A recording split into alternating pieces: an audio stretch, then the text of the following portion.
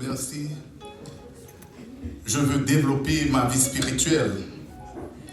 Et ce que j'ai à développer, c'est prendre pour norme les saines paroles.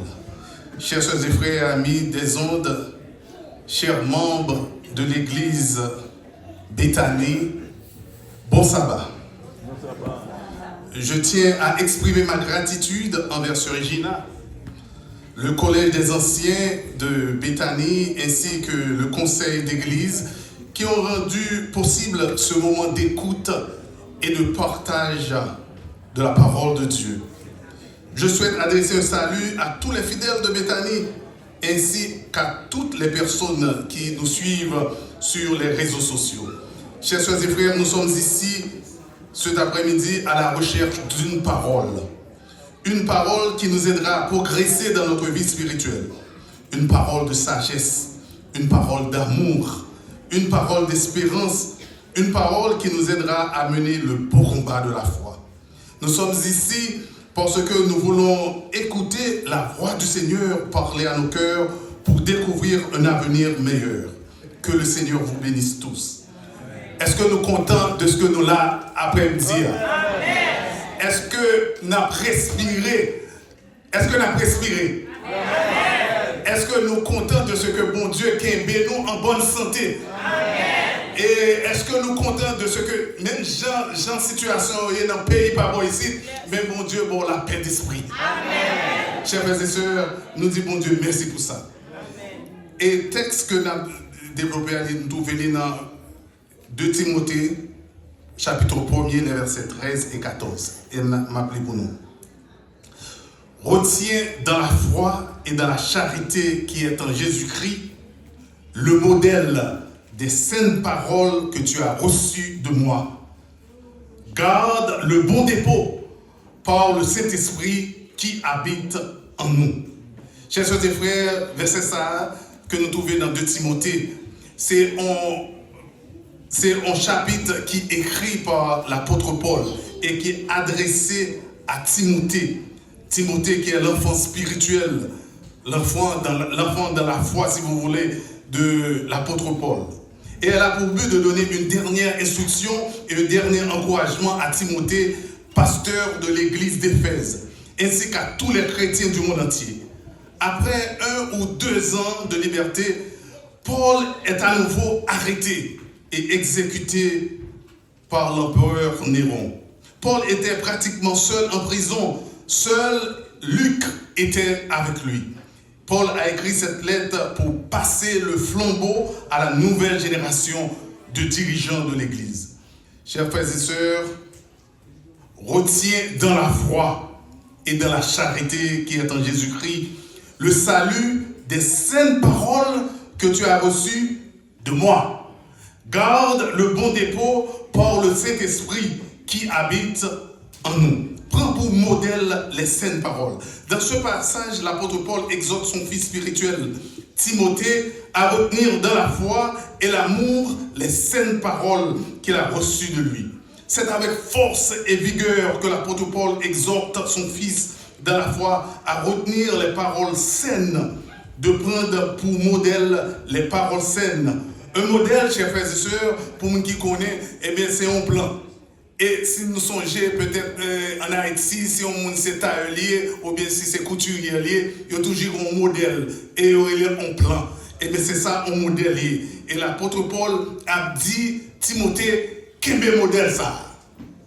Quel modèle des paroles saines que tu as reçues, pas de n'importe qui monde, mais que tu as reçues de moi. C'est-à-dire les saines doctrines qu'il a reçues de l'apôtre Paul.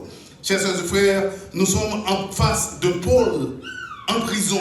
Un homme qui souffre dans son corps et dans son âme. Un homme qui meurt de froid et de faim, sans espoir de délivrance, qui a finalement été mis à mort par Néron. Et dans l'adversité la plus intense, en proie à des souffrances et à des épreuves, il reste fermement lié à son Dieu. L'apôtre Paul considère sérieusement l'avenir de l'œuvre divine. Il accorde une grande importance à la mission d'évangélisation en Jésus-Christ. C'est dans ce contexte qu'il exhorte Timothée de retenir les saines doctrines qu'il a reçues de lui. Timothée lui dit, l'apôtre Paul, ne regarde ni à droite ni à gauche, mais accroche-toi résolument aux enseignements que tu as reçus de moi. Et l'apôtre Paul dit, monsieur, moi connais où c'est un monde qui est fidèle. Moi connais où c'est un monde qui est loyal.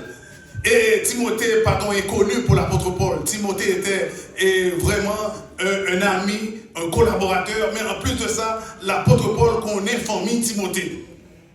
Et l'on a pris dans le chapitre 1er, l'apôtre Paul dit Timothée comme ça, moi connais grand-mère Loïs, moi connais grand-mère Loïs, moi connais maman Eunice, et bien moun ça c'est moun sérieux, c'est moun qui cap marcher avec mon Dieu. Et bien puisque moun ça c'est moun cap marcher avec mon Dieu, nous-mêmes tout on connaît marcher avec mon Dieu à cause de l'enseignement que vous recevez de maman avec grand-mère.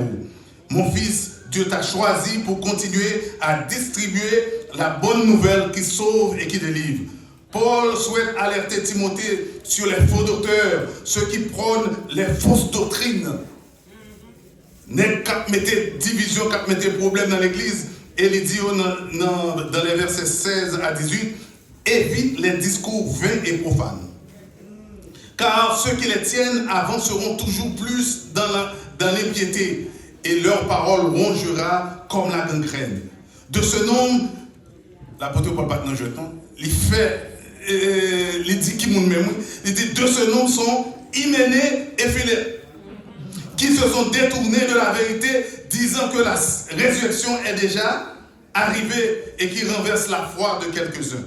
Chers sœurs et frères, c'est avec les larmes aux yeux que l'homme de Dieu encourage son collaborateur à se souvenir des paroles saines qu'il a reçues de lui. Retiens, ferme, dit-il, les saines doctrines que tu as reçues de moi. Lors de nos échanges en privé ou durant les campagnes d'évangélisation, mon fils Timothée, garde bien en mémoire les paroles saines que je t'ai transmises.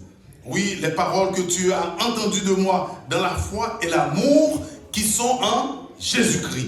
Des paroles que tu as reçues de moi dans la foi et l'amour qui sont en Jésus-Christ. La foi et l'amour. Tous les deux, ça va marcher ensemble. Et c'est dans ce sens que nous sommes capables de dire que si nous prêchons l'évangile, et bien même le que on va tirer contre nous, et bien c'est pour gagner l'amour pour nous ça. C'est pour nous gagner l'amour pour nous ça. Et non seulement c'est mon bagage pour faire comme ça, mais son bagage pour demander mon Dieu pour aider. Parce que nous-mêmes, en tant que dirigeants d'église, parfois, pour les gens qui ne font pas, après ça, regardez les gens en ballon sel, comme les gens tombent des pieds. Mais nous ne sommes pas faits pour agir comme ça. Et c'est ça l'apôtre Paul dit à Timothée. Et Timothée, c'est le pasteur de l'église d'Éphèse à l'époque. Il dit comme ça que, eh bien, les paroles que tu as entendues de moi, que tu as reçues de moi, dans la foi et l'amour. Chers soeurs et frères, eh bien, cet amour d'une intensité si forte qui nous a cherchés lorsque nous étions encore des pécheurs, il s'est sacrifié pour nous sur le bois infâme du calvaire pour nous donner la vie et par-dessus tout la vie éternelle. Chers soeurs et frères, il est notre obligation d'exprimer cette même affection envers autrui. Même Jean-Jésus aimait nous, et bien nous-mêmes tous nous faisons pour nous aimer, frères et sœurs, qui avec nous. Amen.